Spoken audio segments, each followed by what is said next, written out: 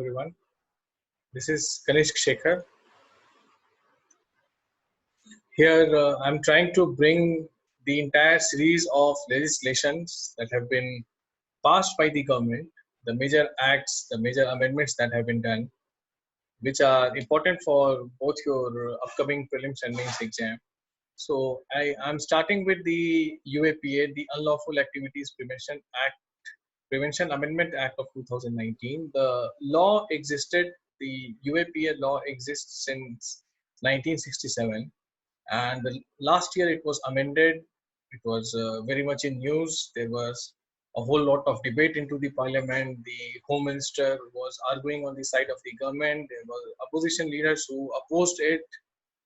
And why are we considering it important? Because 3 to 4 days back, certain student activists in Delhi have been booked under this very law. So again, it has become a very hot topic. So whenever it's a hot topic, it's important for the UPSC. Let us try to see what this act says. So this is a snap from the PRS, the press release government site, that this very part is important here. The bill additionally empowers the government to designate individuals as terrorists, and then here an investigating officer must obtain prior approval of the DGP to seize the property. Now, just trying to elaborate these points, what are the amendments? What is the specific amendment that this act has done? To designate individual as terrorist if he or she is promoting, preparing, or is engaging in an act of terror. Now, how does one promote, prepare for, or engages in terrorist activities? Now, a terrorist is we all know what a terrorist does. He opens fire, he kills people, he or she can blast bombs, do a feline attack.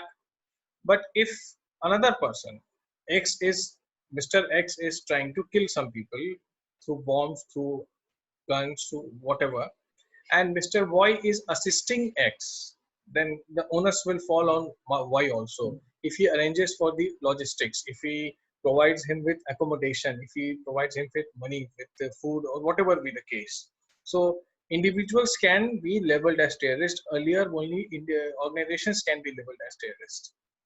Bill empowers the inspector rank officer to carry out investigation. Earlier, only the ACP or DS, the Additional Commissioner or the Deputy Superintendent of NIA. NIA is the premier agency, the National Investigating Agency, which was formed after the infamous Bombay attack, the Mumbai attack of 26/11.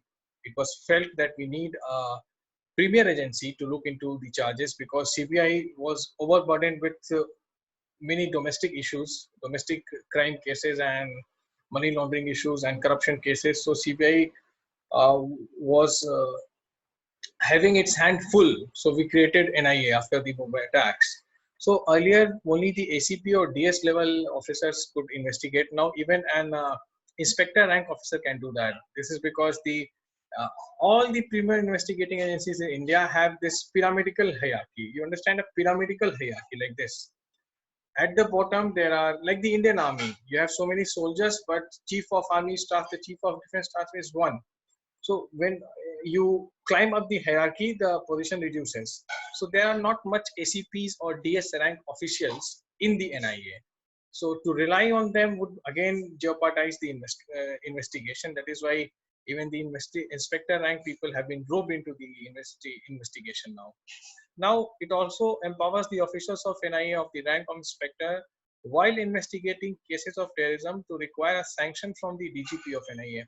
Earlier, what happened prior to this amendment, like if a terrorist is hiding in a certain state, maybe in Bengal, maybe in Andhra Pradesh, maybe in Jharkhand or Bihar, then if NIA wants to go and investigate or maybe arrest that very person, the NIA has to take consent or take an approval from the DGP, the Director General of Police of the state. Now that requires a lot of, bureaucracy has its own way of moving things. Now, by the time you get an approval, the criminal escapes. So now what happened? You are not supposed to take the approval from the DGP of the state, but from the NIA itself. So if the NIA DGP grants the approval, there is no need to even take the approval from the state police. So these are the three major amendments that the Act has done. Now there are again certain issues that rise because of these very three amendments. Let us try to analyze them, and before that, let us try to finalize what was the need for such amendments. So India has to abide by the international conventions and treaties. India is signatory to many treaties, many international conventions, and we are we were having a tough time trying to enforce these treaties. This will be clear by this very point that India demanded to designate individual as terrorist. The terrorist Maulana Masood Azhar. India wanted UNSC, the United Nations Security Council, to designate Maulana Masood Azhar as a terrorist. Now, what happens when UNSC designates an individual as a terrorist? His assets are freezed, his movement is restricted, he is under a constant surveillance. So, of course, he cannot perpetuate act of terror against India. He will be devoid of the liberty and freedom to do that. So whenever India tried in UNSC, the UNSC members, particularly China blocked it more than a couple of times. This move, which was brought by India, finally China agreed to it last year itself. So they used to ask India that, do you have laws in your own country to designate individual as terrorist? The answer was no. Then why are you asking UNSC to do the same? You want the world to do something which you yourself are not doing. So India needed to change this law, and for the betterment of security of this country, it was done. And another risk of lone wolf attack. Now, what is a lone wolf? Let us try to analyze and understand this. Not necessarily every time a terrorist is connected to a terror organization. Let me recall that New Zealand mosque attack. A person just loaded a modern assault rifle, barged into a mosque and killed so many people. Later on, when he was nabbed, when he was caught, it was found that he was not affiliated to any listed or known terror organization. He was acting on his own. So this leads us to conclusion that terrorists are also of two types: those who are affiliated to an organization and the other one who are freelancers. So how to nab these freelancers? A person who has been radicalized on his own, a person who has been indoctrinated on his own. Maybe he felt something, maybe he is exposed to certain literature, certain videos, maybe he has developed some ideology, he has never been in contact with a particular terror group, but he decides to take things in his own hand and do the needful, what he thinks is right. So it's often said that India is at a low risk of lone wolf attack because unlike US or Europe, we do not have very gun-friendly laws in India. It's very difficult to procure arms in India. But then there are illegal ways of doing it. And currently, India is at low risk of lone wolf attack does not necessarily imply that there is a very low potential of risk associated with lone wolf. If tomorrow something happens, then we'll be the first one to question the government that why are we not having a law where individuals can be framed. So risk of lone wolf attack always remains in India. Please remember that India is among the top 10 countries that faces terror threats. For terrorist, India remains an unfinished chapter. So there is no room for complacency for the policymakers and government and for the citizens of India to remain complacent. Second, the more things that we need to do, that law must be ahead of the perpetrators. If you try to study and analyze the anti-terror policies, the security policies that India has followed over a period of time, ever since the terrorism started taking its menace in the Indian society and country, starting from Khalistan to the Kashmir to many other things, maybe Northeast extremism, maybe Naxalism, all kinds of those menaces that are detrimental to the security of any civilized society. So we come to a conclusion that policies in India have been reactive. It should be proactive. Why it takes a 26/11 attack by Pakistan to even form NIA? Why not form it beforehand so that these terror acts are stopped? So law must be ahead of perpetrators. It must be proactive instead of reactive. When steps taken by agencies and government are reactive, the damage is already done. So we cannot afford that. We have already lost so many lives and so many casualties, and property has been demolished because of terrorist activities. So these are the reasons that tell us, the compelling reasons that this law was essential. The amendment was needed. Now, of course, there are certain issues attached with it. Can the new law be misused, like POTA or TADA? Of course, there is this apprehension, and these apprehensions are not misfound. POTA or TADA were grossly misused. These two laws have been scrapped now. In fact, POTA is the one of the three laws that was passed by the joint session of parliament. Only three laws have been passed by the joint session of parliament. POTA was the third one, which was passed by Vajpayee government.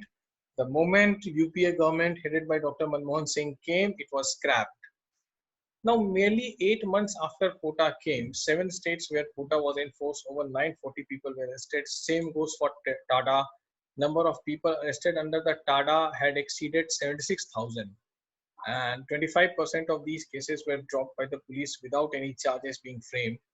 35% of the cases were brought to trial, of which 95% resulted in acquittals. So yes, laws have been misused in India. Bright chance that any law which is being made can be misused. But that does not mean that we will stop making laws. It's as good as saying that accidents happen on roads, so let us not go on the roads. No. The idea is to make ourselves safe. So and what are the provisions if laws will be misused? Suppose if UAPA is being misused, certain section of people in India believe that this can be unfairly used by the government. It can be used for vendetta politics. It can be used for settling personal scores. It can target a certain section, particularly minorities. All said and done, is there any remedy available if at all that such thing happen? Let us try to see these things. And again, what about the federal structure? Like the NIA goes into a state to catch what NIA believes is a terrorist without the consent of the state government. No, law and order and police are state subjects under the Indian Constitution. So, isn't the federal structure under threat? Isn't government trying to flex its muscle with those states that are having different governments? So these are again valid questions. Let us try to look for the answers. Remedy, yes. Individual designated as a terrorist by the central government under UAPA, is there any remedy available? Individual can challenge labeling of him or her as a terrorist by filing a petition with the central government. Now, when you listen to it, it sounds very inadequate because the government has labeled Mr. X as terrorist, and Mr. X is appealing to the same government that do not label me a terrorist. I have not done anything. He's filing a petition. So most of us will believe that this will not work, and rightly so. So what will happen? The central government will reject this petition. Then what? Center rejects the petition, then within 30 days, another petition can be filed. Within 30 days, another petition can be filed, and if this is done, then a review committee will be formed that will be chaired by a sitting or a retired High Court judge, and there will be 3 more members who will hear the case. So total 4 people, which will be, the group will be headed by a retired or a sitting High Court judge. They will go into the merit of the argument. They will see under what circumstances central government feels that this individual is a terrorist. They will hear the argument, the side of the other side also, the individual, what he has to say, what are the agencies saying. So of course there will be a fair trial conducted by this review committee. And if the review committee agrees with the center that yes, you have rightly nabbed this person, he is a terrorist, still this individual can file a petition or approach the apex court, the Supreme Court of India. And if Supreme Court thinks that this individual is terrorist, then we all know there is no remedy available. Even a curative petition, which is heard by a larger bench, becomes a very bleak opportunity here. If at all Supreme Court feels that no, he has been unfairly targeted, then there can be acquittal. So it's not like it's a draconian law, which it sounds prima facie. if a person is arrested under UAPA, he still has three level of remedies available. First with the center itself, second with the review committee, and third with the highest court, the Supreme Court of India. Now, let us try to conclude this. Like, is it justified if individuals are being targeted, individuals are being taken into custody without being proved? Now, there is this famous social contract theory that we study in political science. Now, it says that citizens surrender, me and you as citizens, we have surrendered certain rights to state. Why have we surrendered certain rights to state? In lieu of protection provided by the state. See, please remember this, that none of the rights conferred by Part 3 of the Indian Constitution, that is fundamental rights, they are not absolute. All of them are qualified. There are reasonable restrictions on every right. So, according to the social contract theory, which most of the modern democracies follow, we have sacrificed, we have voluntarily surrendered some of our rights to the state because state will protect us. And if we start acting as absolute in the spirit of absolute liberty, then there will be chaos. Okay, so there has to be a boundary, there has to be a threshold. So this is totally in accordance with the social contract theory. Then there is the Article 21 of the Indian Constitution, the right to life and liberty. See, right to life doesn't merely mean that I'm living, I'm breathing, I'm existing as a human being. Supreme Court in its numerous judgments have said that right to life includes right to live with dignity. So a person being labeled as a terrorist, his dignity goes for a toss. He is being looked with suspicions in his neighbors, by his friends, maybe his family as well. So there can be these are not unfounded apprehensions. These apprehensions hold true. But then this law has also been made by the Indian Parliament. And any law passed by the legislature can only be questioned in the court. So there can be a judicial review. We have, if you read the Indian Constitution, you will be aware of due process of law and procedure established by law. So in Menka Gandhi case, Supreme Court clearly said that they can see whether a law passed by the parliament is just or not. So Supreme Court can always review the act, and if it's not found suitable, it can be scrapped, like the NJSE.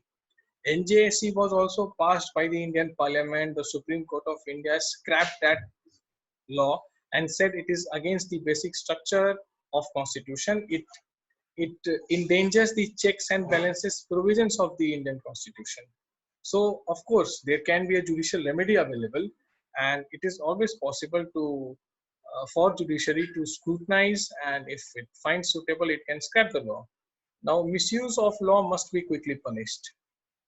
If there are cases where the central government is engaging in acts of political vendetta with the rival political parties, booking political leaders under UAPA, and if the law agencies are misusing the provisions of law, then such things cannot be, that it will not happen, that these things will not come on front. These things will be very readily highlighted, debated, and discussed. So it is up to the judiciary to look into the merits of these cases, and if there is any such things are being found, then the guilty must be quickly punished in a time-bound manner. Again, India remains on the target of terrorists. Of course, one of the top 10 destination for terrorists. So we need laws in place. We just cannot wait for things to happen. And when things happen, we cannot just blame our fate and the government for that.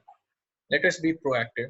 Of course, if laws are misused, then judiciary is there. There is a three-layered scrutiny. There is a three-layered remedy available to the individual.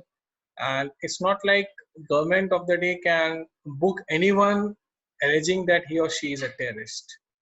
If the government does that, of course the judiciary will step in. And we have a free press that can highlight this matter. And in the days of a very active media and a very proactive social media, government wrongly framing an individual cannot go unnoticed. So there is a question that we must see for the main exam, that are fundamental principle of fair procedure being compromised under UAPA, suggest how there can be a balance between individual liberty and strict anti-terror laws. Now, before you attempt this question, let me give you some points on how to proceed. This law still exists. It's not like this law has been scrapped by the Supreme Court. If at all that happens in near future, we don't know what will happen. If at all that happens, then of course you will take that side that yes, fundamental principles of fair procedure were compromised, and Supreme Court in all its wisdom has rightfully scrapped this law. If at all by the time you appear for this exam and this law remains in action, if this law, the provisions of these laws are being practiced, then do not criticize or oppose this law to a large extent. It's not like you have to agree with everything that the government says, but then there should be a fair criticism. Your answer must be balanced, that yes, it looks because of these provisions that there can be compromise on these principles of liberty, and fair procedures can be jeopardized. But then India needs such law because of the things that we have discussed, and end it on a positive note if by the time you appear for the exam and the law still remains. So this is all I had to discuss today. We'll be back with some more laws and probable questions that can arise out of it. Thank you for watching it. Have a good day.